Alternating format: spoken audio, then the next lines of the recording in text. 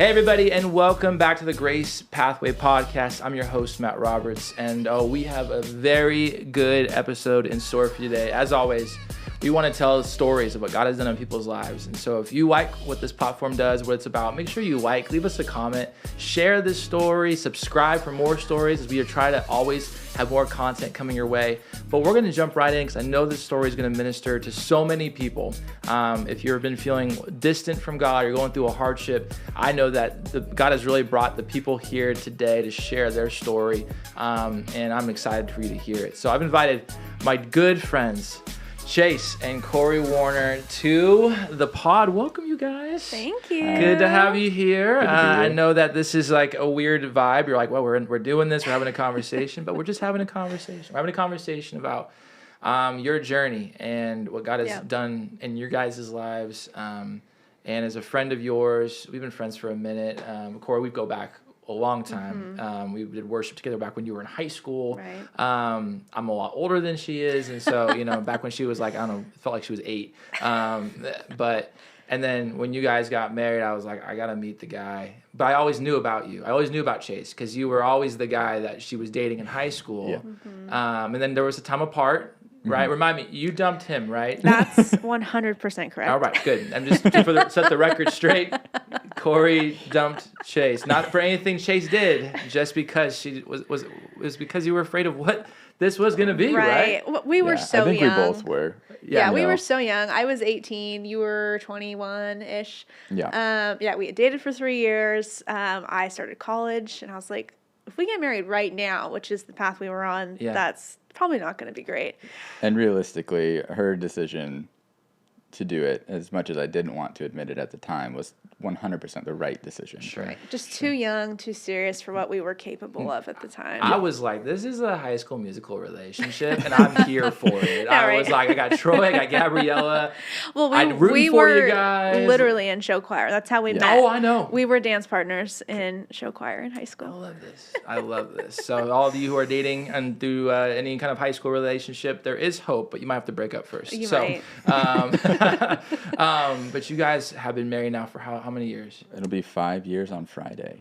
This Friday. Yeah. Come on, you guys, let's go. And obviously, married comes with the benefits of doing life together. And the two of you guys now have how many kiddos? We have two. Two. Beautiful Two girls. little girls. Come on, girl dad right here, It's the bro. best thing ever. Dude, you rock it. I see you rocking It's my it. favorite. You were just out there rocking that baby to sleep the other day. I was like, this guy is. If anyone was made to be a girl dad, it's Chase Warner. Yeah, Chase no Warner. doubt. Killer. He's awesome. Honestly, I have friends that have boys, and I'm like, I honestly don't know what to do. It's with uncharted all of that. territory. Totally. It's like I'm a guy, but that's still new to me. Yeah. And that's weird. I'm like, why are you just rolling around in dirt? And girls still do it, but you're like, all right, it's still pretty somehow. Yeah. My goodness. And your girls, how old are they? So Remy's 3 and Yes. Hallie is almost 10 months. Wow. Yeah, that's amazing. And I know that so Korri, I know you grew up, we didn't grow up, you didn't grow up necessarily in a Christian home, but you came to Pathway in junior high? Junior high? Yep. Is that when you got saved? A junior high camp, something like that? I or? got saved. I got baptized at high school camp, my Okay. freshman year. Right on. But yeah, first came to church in probably 7th or 8th grade. Never been to church in my life. Went with a friend and her family, and Come on. yeah, the rest is history. Power of invitation right there. You come Absolutely. and then you get saved and then you get baptized in high school and then your family starts coming. Mm-hmm. That's just so cool. And then meanwhile you guys meet, you guys are dating. Were you part of the neighborhood back then, Pathway? No, I wasn't. When my family moved to Redding, we were going to Bethel. Right. My mom worked there. She was a children's pastor there. Sure. I grew up as a pastor's kid. Sure. From as far back as I can remember. Right. Just always in ministry. Yeah. Always at church doing everything. Always at church. There's always people over Yeah. after church like, oh my goodness. Always volunteered for Yes. every little bit of help at church. Yes. Yeah. Yes. But yeah, no, in junior high school, when we moved to Redding, we were going to Bethel. And then I didn't start going to Pathway until we were dating, and I was in college at the time. So I would just come on the weekends when I would come up from from Southern California. Right. And of course, one of the biggest decisions after you guys get married is like, okay, now we're starting our family, or we're starting just as a married couple. Where do we want to be, right? What's best for us? So talk to me about that journey of getting to that place where you're like, okay, because there's a lot of great churches in Redding. There's a lot of good churches out there, and we're friends with all of them, so we know them really well. Yeah. And it's not even about just you have to come to our church, but we just want to see people in the right church at the right time. Yeah, Right. definitely. And when you're in that right church, jump in, like plant roots, like be known in that church, or else you're robbing yourself of the gift of like being in community and having people to link arms with. 100%. You're just like scooping whipped cream, and eventually that whipped cream gets old, and like you need the pie underneath, right? Yeah. So what was it that made you go, okay? Like I know you were apart for years. You had been done worship leader. Most of you probably seen Korri do worship from when you were a little high schooler all the way on, and then you stepped away from Pathway for a minute, kind of on a break, get away from the season. There was maybe some stuff going on in life, but then you guys get married, and then what brought you guys back? What made it where you guys were both like, this is the church for us? Yeah. So when we rekindled, like got back together, we ended up like we were at the Stirring at the time, and loved the Stirring, loved Nate. He's great. And that's where like a lot of our young adult friends were going at the time. And so in that moment, in that season of life, that's kind of where our community was at. But then as we got married and started to kind of step into those next stages and those next seasons of life, we kind of found a little bit of a disconnect there with kind of where we were going, where our mindset and focuses were at. And so we kind of paused on church for a minute, because we were really kind of contemplating and really trying to be mindful of like, okay, God, like where do you want us, as we're growing? And I don't remember who suggested it, but we checked out Valley Christian. And so we went there for a couple of months off and on in the midst of having kids and whatnot. So fresh babies, fresh parents. Love Pastor Travis. Yeah. Travis is fantastic. He's so great. Yeah, gotta love Pastor Travis. Yeah. And there was a lot of Pathway family there at Valley at the time. So that was kind of like, oh, hey. Yeah. And that was really great. And I think if I could just step in quickly, I hadn't done worship in years at that point. And I knew that was like a gifting that God had put on my heart for a reason. Right. And I wasn't actively engaging in that. And so I knew I was missing out on a piece of what God had for me, regardless of where it was. So I knew I was missing out on that. Like Chase had said, our community had kind of shifted as our life stage shifted. And so we were looking for family that was kind of in that same space. And I was like, well, I know some people at Pathway. And so I know what it's like to be on that team. I know what it's like to have family there. I wonder what it would be like to step back into that. Yeah. And so we slowly were like, okay, God, this makes me really nervous because we hadn't been home in so long, know. And so we tried it out for a couple months, like really quietly, like didn't Trying even to do the sneak in, sneak out didn't thing, even tell anybody we were there. And we're just really like laying it at God's feet of like, hey, this is uncomfortable. I want to press into it anyway because I think you have something for us here. I think there's something here for our family because the kids ministry here is so special too. And we had Remy at the time, I think. Yeah, we did. And so it wasn't just a choice about what felt good for us, too. It was a choice of what felt good for our family. Right. Who are we going to let influence our children? Who do we feel safe with our children being around? We tried it. And it's just like every weekend God showed up in such specific ways of like, this is where you're supposed to be. Right. This is where your family is. This is a great place to use your giftings and callings. Yeah. Jump in. Yeah. Yeah. And I think there was something too with, like having gone here years ago and paying attention to how, Bill teaches and where he was at and how he was teaching then. And when we started coming back, I noticed at least somewhat of a distinct change in his teaching style. And there was something like that really, I think, spoke to both of us that had shifted. And we felt like there was so much more discussion that was happening after each message. about just like what he was talking about, how it applies. And there was a shift there, and I can't necessarily like nail it down on what it was, but that like could be just the shift in ourselves, the way that definitely. we grow and the way that we interpret and hear Absolutely. things. It could have very well just been Sure. we're growing up, we're receiving this in a different way. Absolutely. And so it just, there's that portion of it too is kind of like a really important foundation, at least for me personally, of just like why it felt right. Right. Yeah, it's awesome.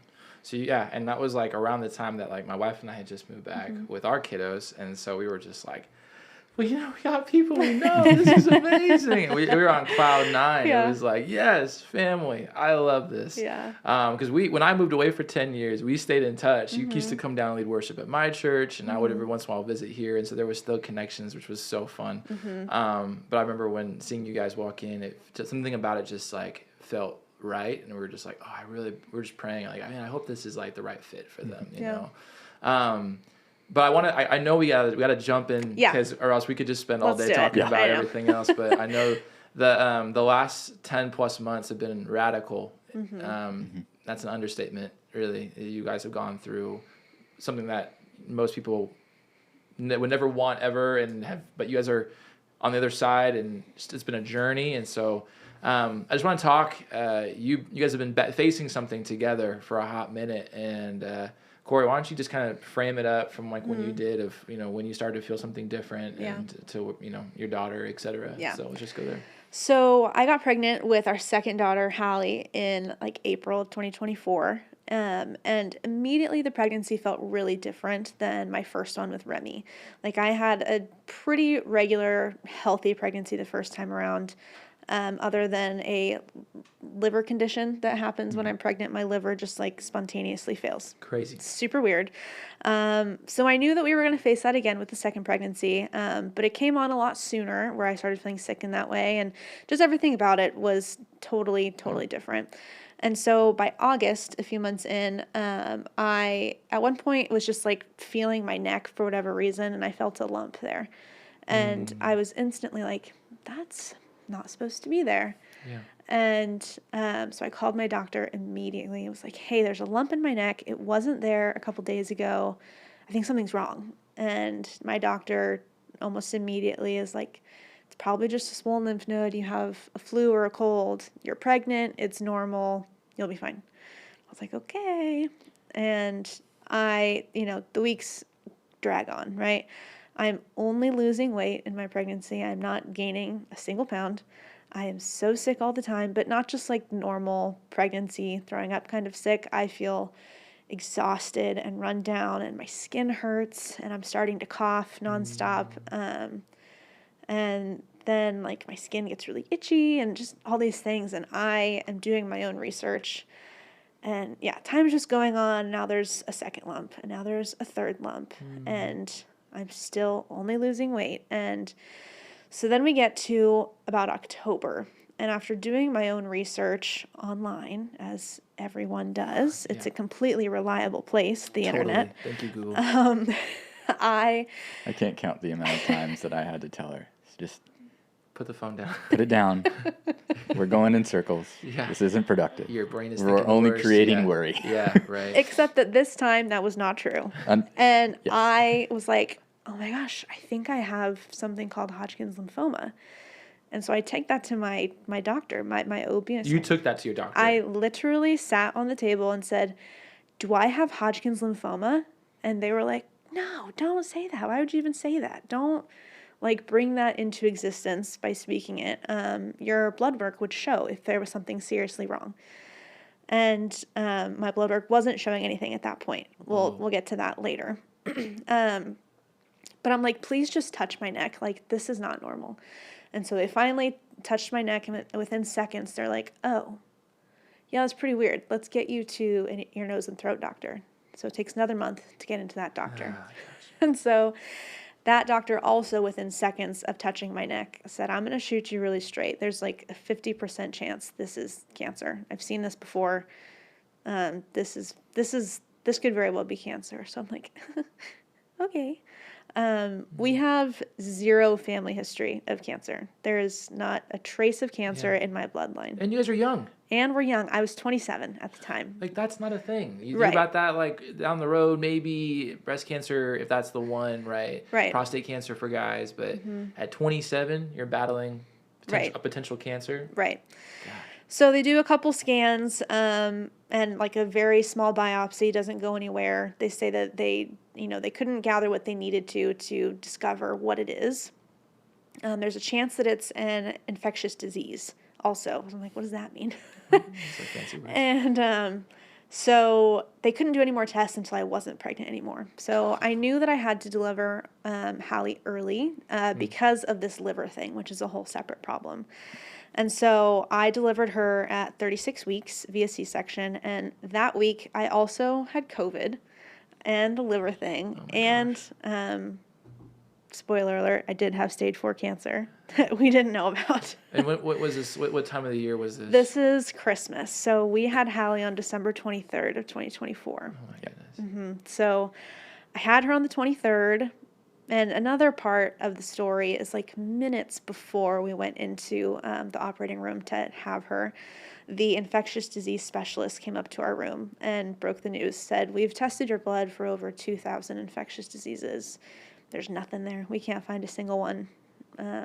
So pretty much also confirming this is cancer without saying out loud, this is cancer. Right before you're about to get wheeled in. Minutes before I get wheeled in to... Are you in the room during this? Yep. Yeah. Dude, what's going through your brain? I definitely a bit of denial. Yeah. Like, there's no way. Like, what? Like this, it can't be cancer. Right. Like I'm trying to my brain, I'm trying to rack up. It's got to be anything else other than cancer. Right. And I was so heavily leaning on. She's had blood work done weekly for the last 3 months.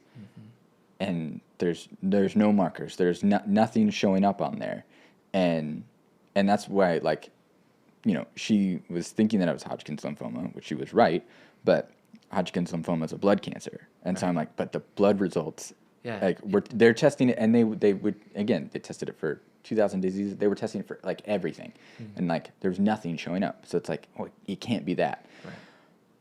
And so I was just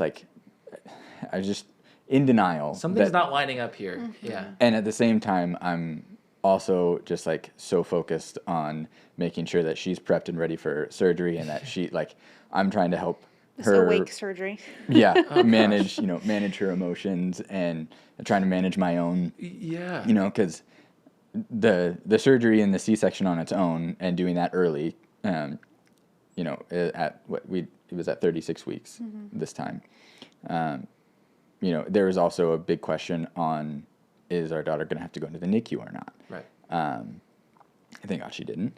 So I'm also mentally preparing for that, and what logistically this is going to look like for the next couple of months, because if it is, depending on how severe it is, and I've got potentially a child in NICU, so I've got a daughter at home, I've got potentially a daughter in NICU, and I've got a wife that is maybe has cancer, undiagnosable at this point, but something is wrong. Something is wrong. You touched her neck. You felt it. You're like, this is obvious. So it took every ounce of grace that God could give me to be calm in that, and because I knew that if I couldn't be that calm for her in that moment, and the preceding moments, I don't know how we're gonna be through this, and how we're gonna get through it, because it's the unthinkable. Yeah. Yeah. It's too much for any one person to carry. It's too much for any couple to try and carry this. Days before Christmas, right? Yeah. Right. So we have Hallie December 23rd. Okay. Mid-afternoon. By December 24th, Christmas Eve, probably 3 or 4 in the morning, I'm wheeled to get my first CT scan with contrast dye. And I'm in so much pain from the surgery and from this unknowable cancer that is there, that I couldn't, they had to lift me out of the wheelchair, place me on the bed, and I am Like, he wasn't there for this. He had 'Cause you're to, with baby, he's with right? baby. Yeah. So I'm alone in a different part of the hospital at like 3 or 4 in the morning, and I am just sobbing and just like asking God to give me any bit of strength I can possibly muster while I'm in this, scan. And so then comes Christmas morning. We don't have any answers yet. So we're still in the hospital. It's, again, probably now 4 or 5 in the morning on Christmas Day on the 25th. Chase and Hallie are asleep. I am awake, can't sleep, because I'm worried about the baby and I'm worried about myself and just not knowing, like, what's about to happen. Like, we're either going to be told, like, oh, it's nothing and everything's going to be fine, or we're going to be told news that's going to severely, impact our life. Yeah. And so I have worship music on, and it's still dark outside. The sun isn't even up, and I am just like lamenting with God and just nonstop praying for a miracle, praying for peace, even if the miracle doesn't come. And so I'm doing this, and the sun starts to rise, and it's Christmas morning, and I get the most, I don't even know if you're awake, the most amazing sunrise I've ever seen in my life. It was like bright red, just like vibrant, like I've never seen before. And I so distinctly felt like the peace of God saying, like, regardless of what happens, I got you. Like, I have gifts for you. I don't have just bad things waiting for you. I have gifts for you too. I have goodness waiting for you too. And that was like the realest moment I've ever tangibly felt the whole Holy Spirit in my life. And that was also my key to know, like, it's about to go down. Yeah. Like, this sweet gift is amazing, and it's the clarity that I know something bad's about to happen. And there was, for a moment at least, because it goes up and down, peace with it. And so then, like, 2 hours later, a doctor comes in that I've never seen before. He tells me, your scan came back. We see tumors. There's no doubt that they are tumors. We need to biopsy them. We need to take one of the tumors out to figure out what type of cancer it is. Today, Christmas Day. Merry Christmas. So then I get wheeled into another part of the hospital, different floor, Christmas Day, like 11 a.m. You just got out of one surgery. And you're going back like a day and a half later. Getting put under for this one. Yeah, I'm going completely under for this. And I remember texting my family. They're all having Christmas with our oldest daughter and like my niece and nephew, and like trying to keep things lighthearted and normal for them so they don't know, the severity of what's happening. Keep Christmas Day like a good memory for them, And it's like, all right, I'm going in now. Like, I think about that. I think about them trying to balance that as well. And it just breaks my heart. So I go in for the surgery. I come out of the surgery. So they take this tumor out. It's probably, I don't know if the cameras can see, it's probably like this big, this one tumor in my neck. And that was one of like 5 tumors just in my neck. So that was December 25th. We're discharged with like, we don't know what's going on still on the 26th. We go home a week later on January 2nd is when I have my appointment, like with the cancer people. And they give the official diagnosis of Hodgkin's lymphoma. Yeah. And I was like, oh, that's so crazy. How shocking is that? I called it. Yeah. And so, that was January 2nd. They didn't know the staging at that point. They had to do a couple more scans. And I mean, that 2-week period between like having the biopsy and having Hallie to starting chemotherapy were the absolute darkest, worst days of our life. Like, and you're held in this tension of like, we have this sweet brand new baby, right? Like, we were supposed to be in like the newborn bubble and taking all that in. And I am so sick within an inch of my life with like untreated cancer. And one day they're like, oh, it's not that serious. It's probably stage 1. And then the next day they're calling and saying, no, we need to start chemo like in a couple days because it's more serious than we thought. Oh my goodness. And then it's like, oh yeah, no, for sure. It's stage 4, which nobody wants to hear they have stage 4 cancer. When you hear stage 4 cancer, you think it's terminal. Right. And that's an important distinction that I don't think a lot of people know about, right? So stage 4 in a different type of cancer, let's say breast cancer, is a terminal diagnosis. There often will not be full body healing from that. Stage 4 Hodgkin's lymphoma, however, is completely like healable. Like, you can be cured of stage 4 Hodgkin's lymphoma. But like, no one really talks about that, right? Yeah, we didn't know that till later. I'm just told on the phone, you have stage 4 cancer, and I am falling apart thinking like, I just had a baby. I need to, take out life insurance, and I need to write these letters for my daughters because I'm not going to see them graduate. And I need to, all these things. Like, you start planning like end of life because you don't know, you know? Your mind immediately goes there. Yeah. You have to. I mean, And, it's the human thing. I remember so clearly while I was in the hospital, the day, the 26th, the day after my surgery, is when like the head of the hospital, I don't remember her name. She was very sweet. She was like the doctor, right? She came in crying and told me it's definitely cancer. We don't know what type. And she asked if she could lay hands on me and pray with me. So I'm like, I'm gonna die. Why is this doctor crying and praying with me, And I distinctly remember just wailing in the recovery room saying like, my babies, my babies, my babies, because this is not the life. Forget about the life I envisioned for myself, right? That's one thing. It is certainly not the life I envisioned for my babies, and it is not the life I envisioned for my husband. So yeah, we get through those 2 weeks. They finally get a treatment plan. I start chemo on January 12th. Something like that. Yeah. And which is also like unheard of. Like Not quick. Yeah. to move into treatment that fast is Most really people not are normal. like 2 to 3 months before they start treatment from getting a diagnosis. Shows how severe. It shows, how how how the close tumors I in the was. neck, but it was further Yeah, than that. thank you for reminding me. So so after the scans, we find out that I had like tumors in my neck, but the majority of my tumors were unseen, like inside my chest, from my diaphragm up, like 15 tumors total. And the largest one was about the size of a large orange, and it was wrapping around my heart, and it shifted my airway. So if I would like lay down in a certain way, it would like, I wouldn't be able to breathe. Oh gosh.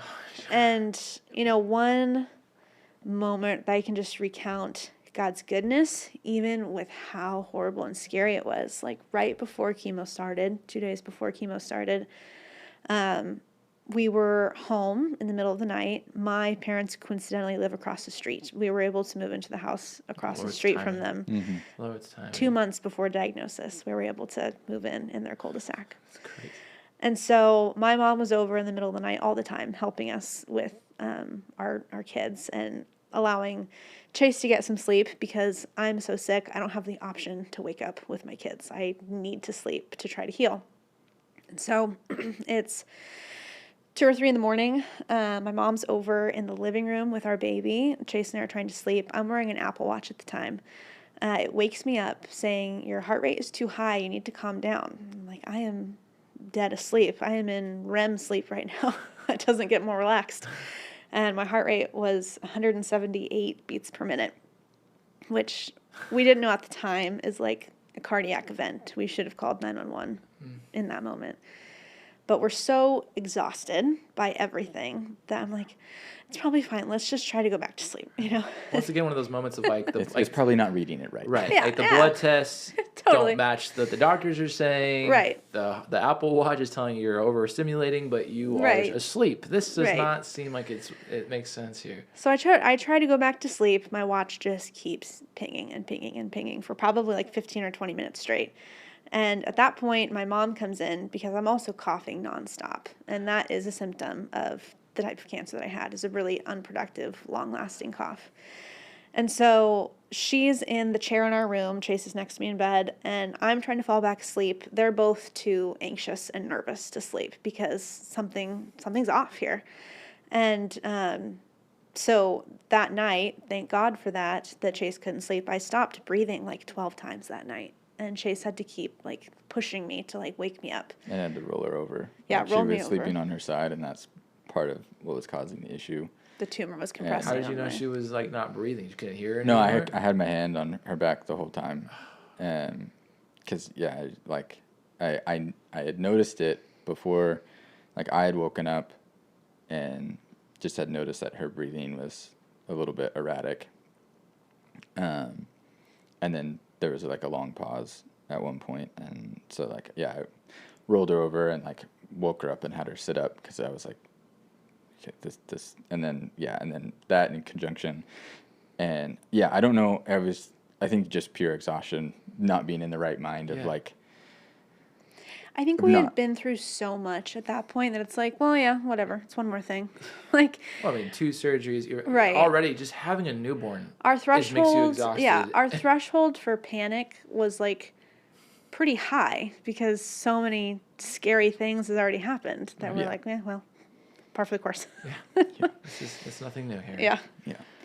But, yeah, it was definitely, again, just another moment of God showing up and, giving me at least the energy to stay awake in the middle of the night. Truly a miracle. To make sure that, that we made it to the morning. 'Cause I think we had you go get checked out that next day. I really don't remember. I don't remember. I mean, there's so many hospital visits over the last 10 months. It's hard to keep track of, but.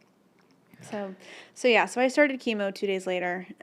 So I was on a 4-drug chemo cocktail.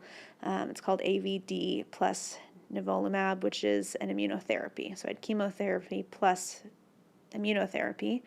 Another incredible way God showed up. That treatment was only published 2 months earlier. Really? That was like a new course of treatment. So like the accepted course of treatment still worked pretty good, but there was a really great trial to try to put in this immunotherapy drug in conjunction, and it showed great results. And that was huge. So I got to be on that course of treatment that was like new, but not so new that like nobody knew what was going to happen. It was tested. Yeah, exactly. It like had just finished trial stage and had been officially published in October. Yeah.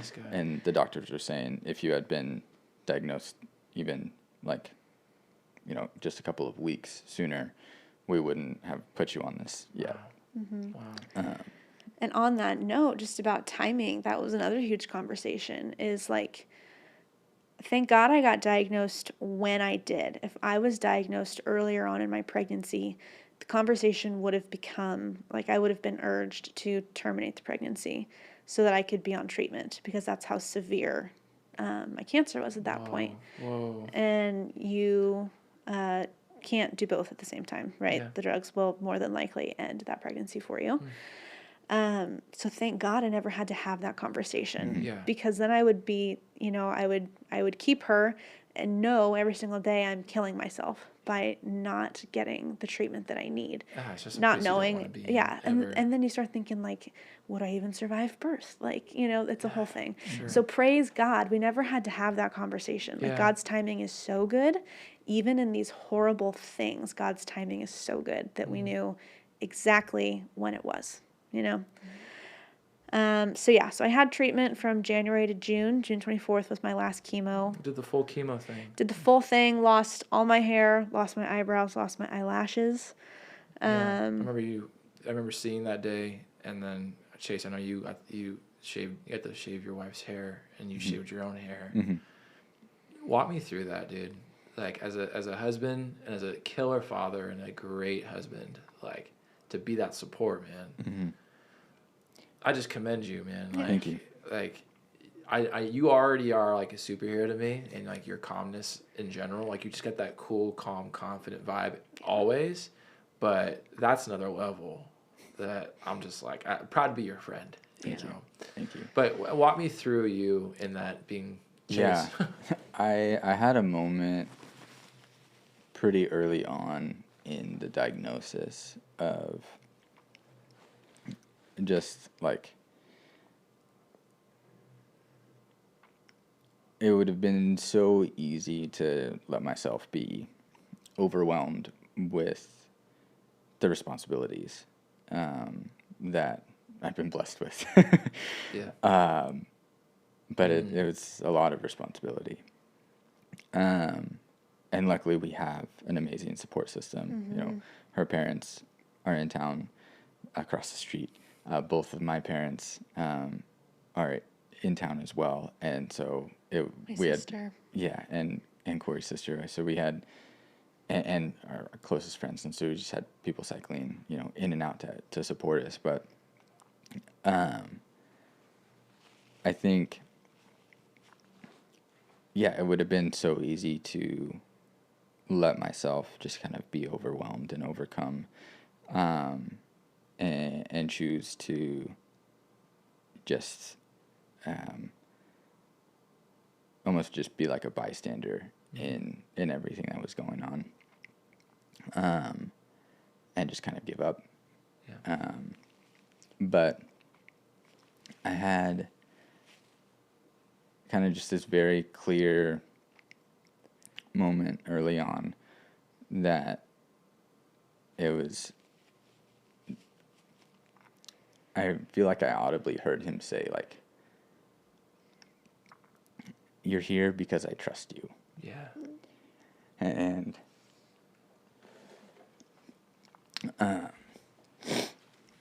and I said, "Okay." And I trust you. And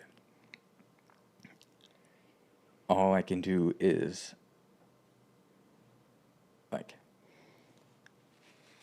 all I can do is be present and show up and give everything to God and know that you trust me to be here and be this dad, this husband, this provider, and I trust you to be all of, and I trust God to be all of those things for me and my family. And I think in that, like, agreement, it just became very easy to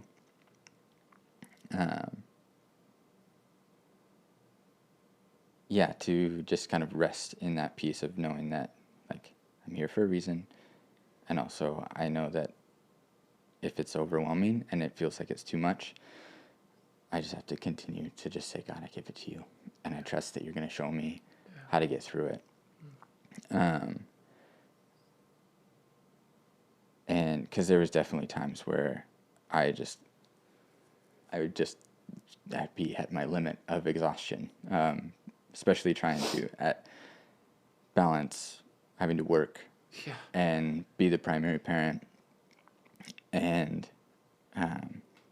make sure that, Like, he literally did everything. Like, worked full time, 100% was the primary parent. I couldn't even walk to the bathroom by myself most of the time. So not only he's the primary caretaker for both of our girls, he's reminding me to take my meds. He is making sure I'm drinking water. He's helping me change my clothes sometimes, helping me get, like, in and out of the shower. I couldn't even shower standing up. He did everything. Yeah. I remember the image I remember was, I don't even know what day it was. It's been such a blur, but I remember me and I think Abigail, we came by and we were just like, we're just gonna drop off something. I think it was for Remy. We're just gonna drop off something for Remy. And I literally just saw people running between homes. And I think it was because the kids had RSV. Yeah. So that you have the kids have RSV and you have you going through all of your stuff and you can't be mom at all. I couldn't even be around them. Yeah. So the girls were at our house and I had to be quarantined at my parents' house across the street. This is in February too. Yeah. So she's only a month, maybe a month and a half into treatment, where it's like, it's not quite at its worst as far as, like, it's like its first round of being really bad. Right. But at the same time, like, you were still, like, you were so sick. And so, like, your sickness symptoms hadn't started to dwindle yet, and you were starting to feel the effects of chemo. So, like, we were kind of in this crescendo. Yeah. Everything's and ramping then up for this. and then Remy gets RSV, and so she's out for a week. I had to take her to the ER to get checked out. And solo parenting. Yep. And then the week after, Hallie gets it. Oh my gosh. And I had to do an overnight stay with her in the peds ward. And Just to add just real quick another layer of context, right? So I'm quarantined at a different house. He's with one girl, so that still leaves another girl, right? So that's where our support system comes in. Our, my parents, his parent, like we were so loved by our immediate family and our community. There was always someone all hours of the day we could call. Okay, I'll be there in 10 minutes, So we had somebody there with each girl all the time. I was never that person. Which is mom, I know that's devastating. Devastating. Yeah, that's the mom's dream right there, is to be. And you are an amazing mother who wants to just be with her babies all the time. And you guys were both working full time, like very proactive, gung ho parents over here. And then all that, your entire world just flipped upside down. Yeah, I had like the frequent flyer card at the ER. I think between January and March, I was there. I think I counted it as like 13 times. Yeah. Between her and the girls. All of us. Yeah. And because there's so many complications that come with cancer too, right? Yeah. So I could go on, but yeah, I was in the ER all the time because of not my cancer, but like side effects of chemotherapy and all that kind of stuff. Yeah. So you go through this crazy drugs. You battle back and forth, highs and lows. How did you guys keep faith? I mean, I think one of the beautiful truth is people are like, well, if you're going through this, there's bad theology. There's a lot of poor theology out there of like, if you're experiencing the pain of this world, then it's something your faith isn't strong enough, right? And it's like, no, that's not true at all. We live in a morally broken pain machine. But the beauty and the promise is that God's grace and God's presence is there with you. He's there in the sunsets. Yep. He's there when you're kids. He's there when you're, like you were saying, like I literally have no more shoulder width. And I got some broad shoulders, God, but I can't do one more thing. And then RSV happens, right? And then I go into the hospital, and then one more thing. And he's like, Chase, I got you. Korri, I got you.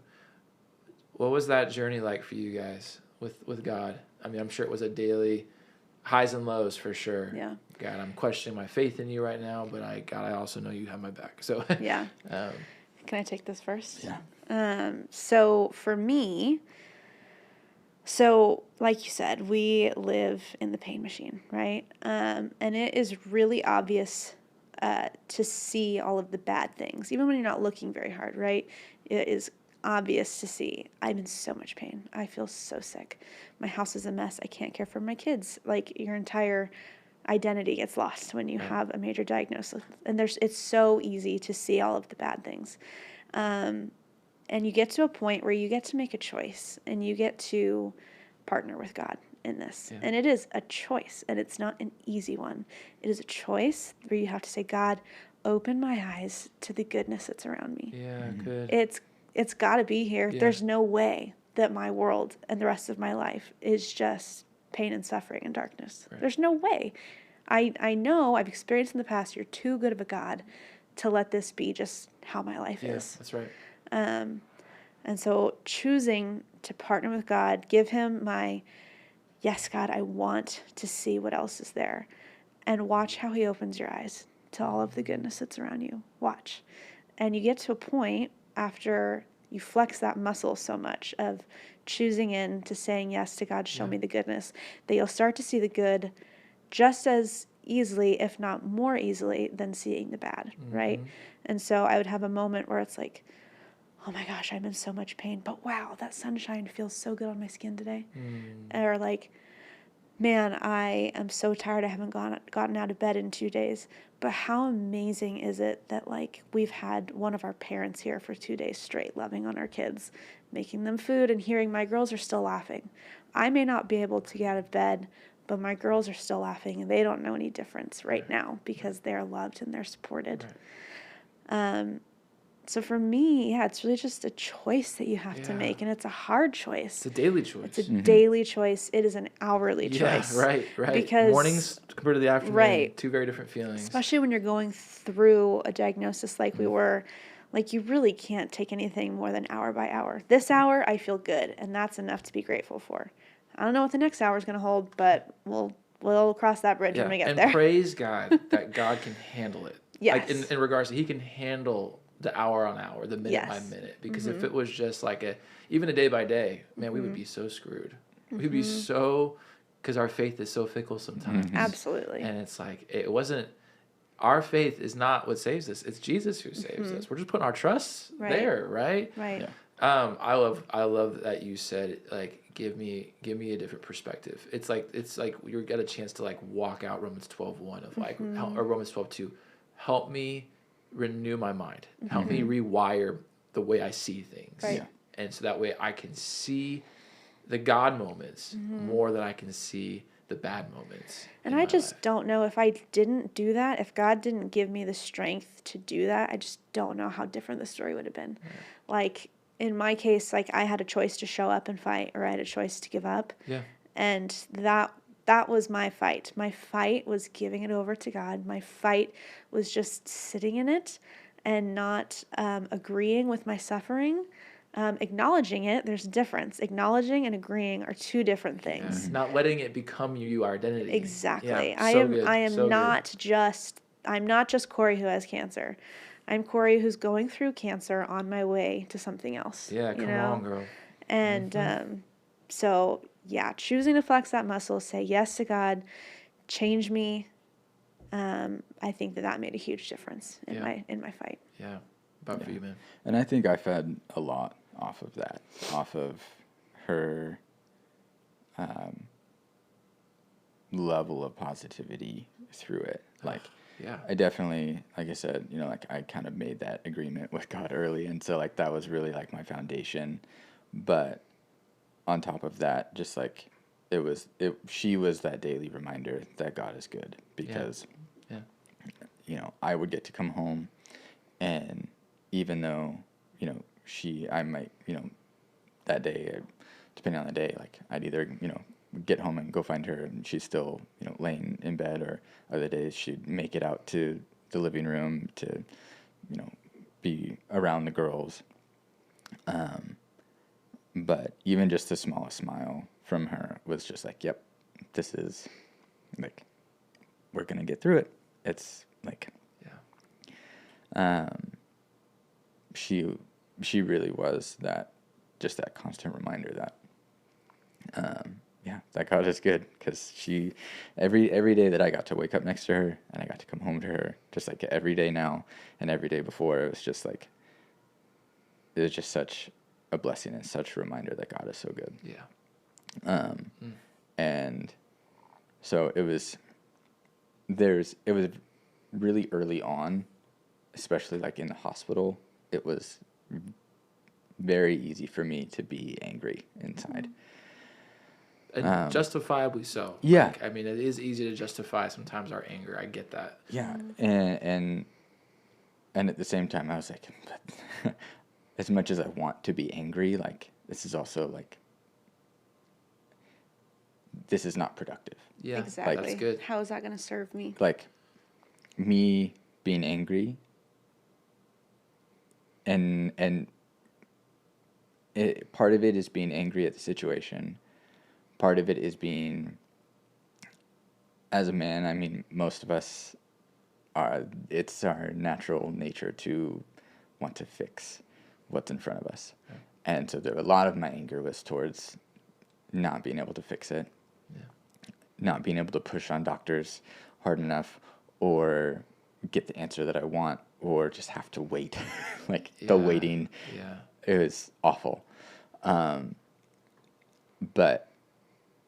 I didn't want my girls, like, there's a time and a place to have anger and for it to be expressed, but I didn't want my girls to have an angry dad. Yeah. And I didn't want them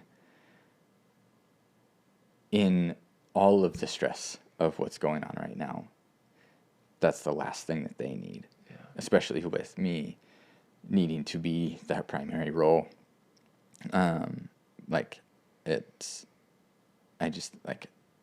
I knew that I couldn't let myself go there. And so that was the other thing that I had to surrender. It was just like, God, I don't want to be angry, so I need you to take that.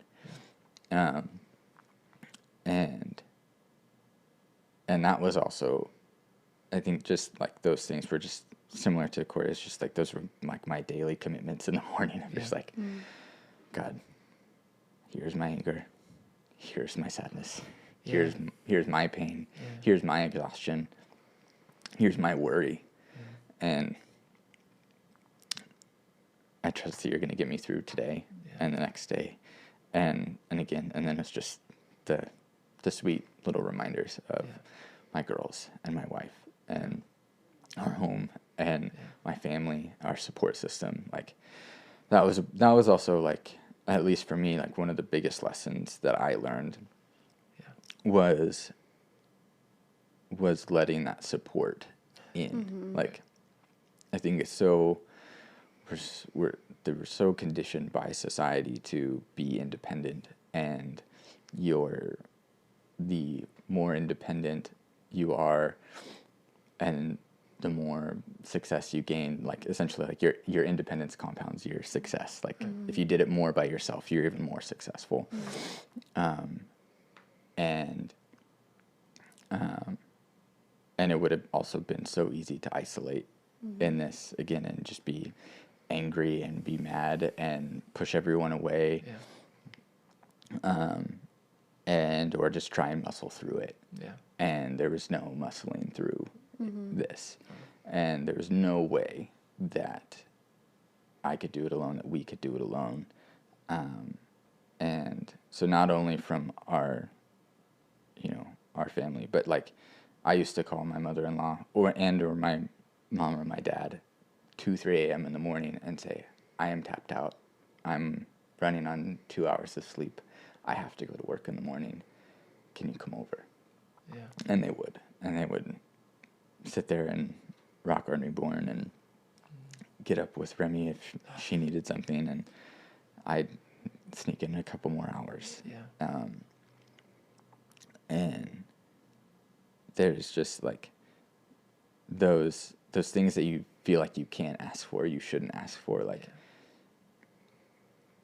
letting our support system, letting the people around us that say that they care, show their care.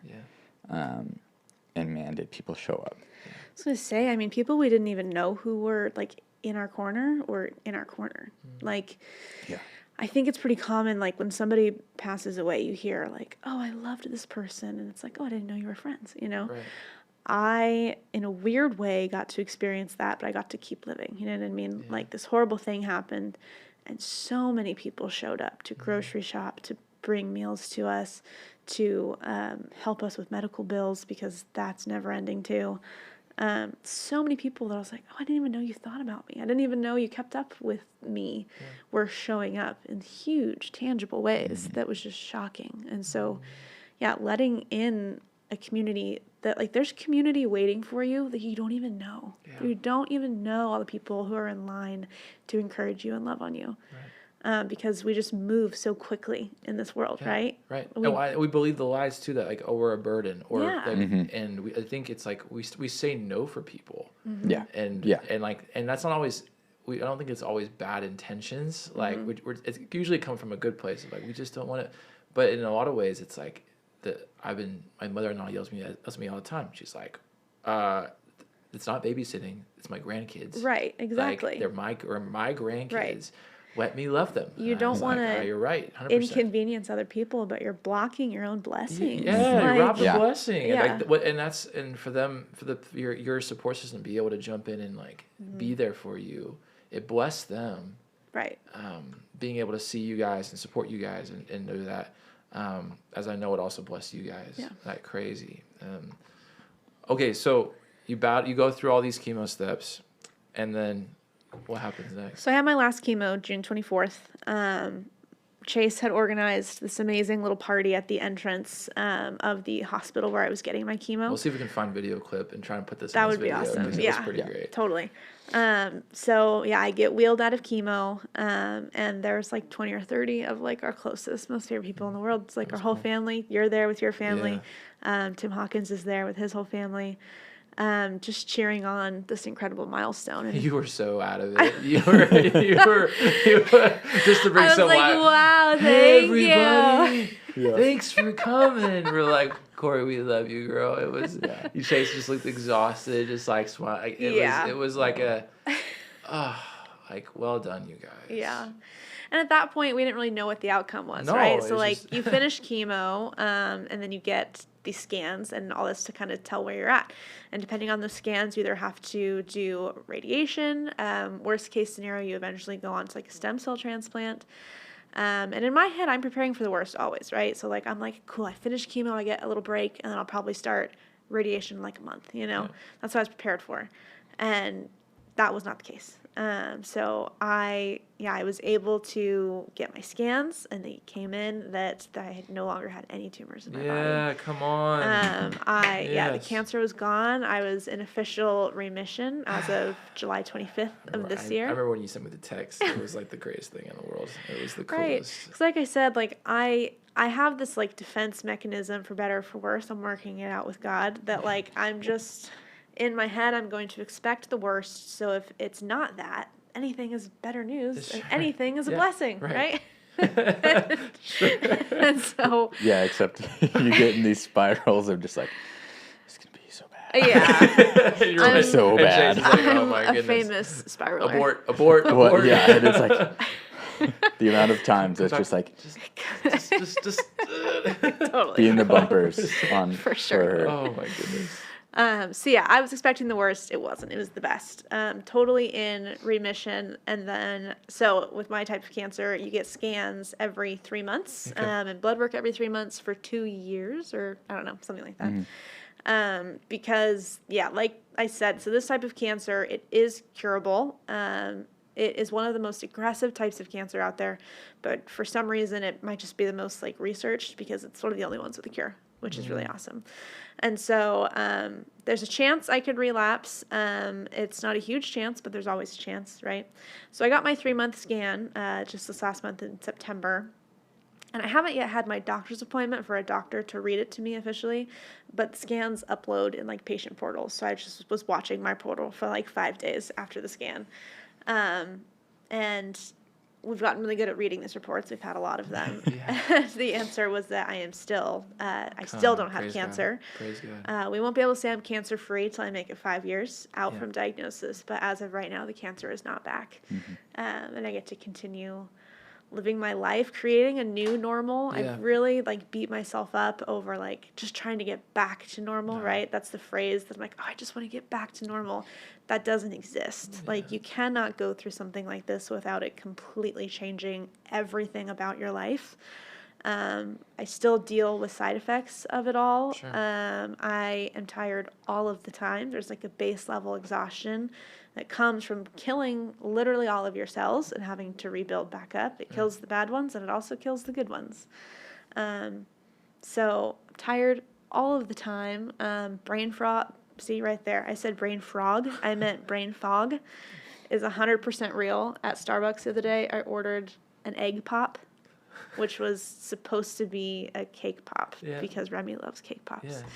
But yeah, so there's lingering side effects. I still have my port in. That's kind of painful whenever it gets touched. But we're over a certain mountain in the journey, right? We're on the downhill right now, hoping that it, continues that way, just to be nice and easy.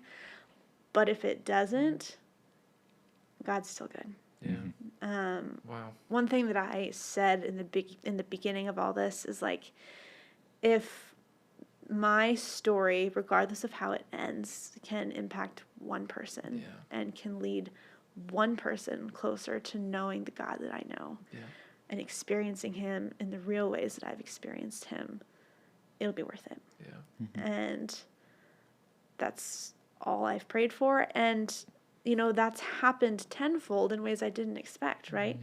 That one person turned into like the way that my husband's been affected in this, the way that my husband has experienced God in this and grown closer to him, the way that like our children don't know about our children won't remember this. Oh. Praise God, right?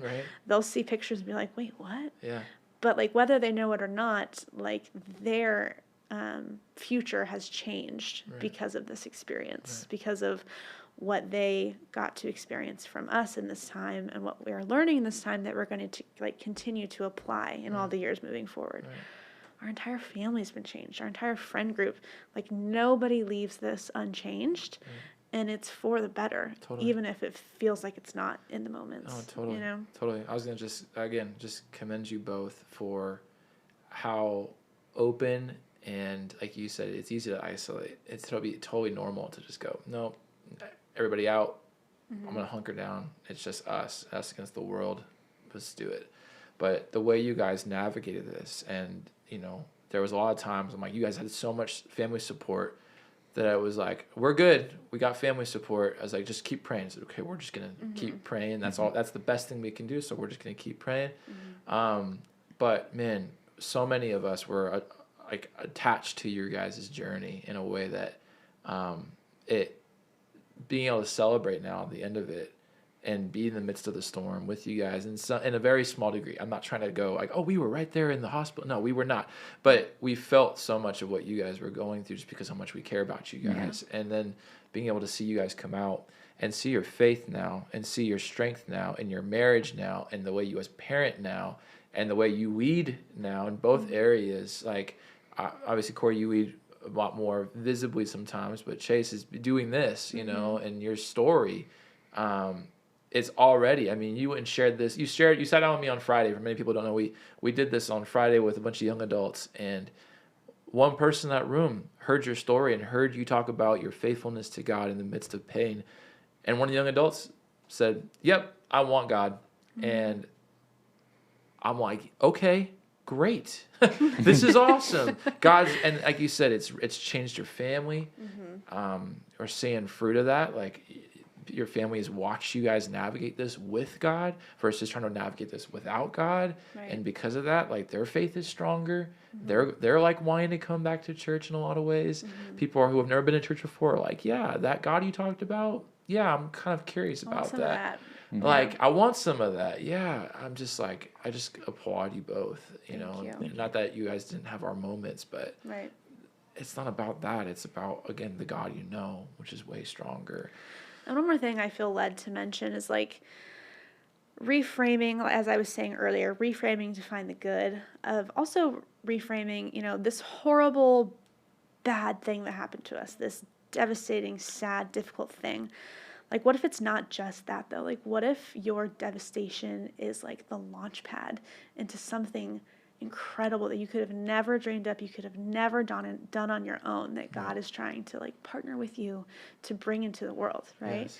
And so that's something, when I was in this, I was like, man, I wonder what God is going to do in me through this. Yes. What am I going to do next because of this amazing tragedy? You know, how is God going to use me? Insane. Because there is something. I know that there's no way God would just, like, allow this to happen for no reason. It's because there's something huge that's going to happen. For sure. And, like, we might not know what it is yet. It might not even be something huge that we do. It might be something huge that our daughters do in 20 years, you know? Like, this affects the legacy. 100%. I don't know what it's going to be, but I'm excited to find out. Yeah. Oh my gosh. We could keep going in a lot of ways. I do want to wrap it up, though, because I want to make sure I honor you guys. I guess my I always end these podcast episodes with asking questions. And my favorite question I always ask people is, like, if you could go back to a younger version of you, you know, someone who's has not war tested, not battle, has not the battle scars, and, you know, and you would just drop a word of encouragement, or to maybe someone who's like, they're watching this and they're like, I know Korri, or, you know, I love Odell's, and so I wanted to come check this out, right? Who doesn't love a good Odell's barbecue? Shout out Odell's, we love you. But, like, I'm curious about, you know, their story. Like, what would you encourage that person with? You talked about the one. What would you guys encourage that person with when it comes to your relationship with God? I would say, for me, I would say it might not look like what you think it's going to look like, what you want it to look like, but hold on, because it's so much better.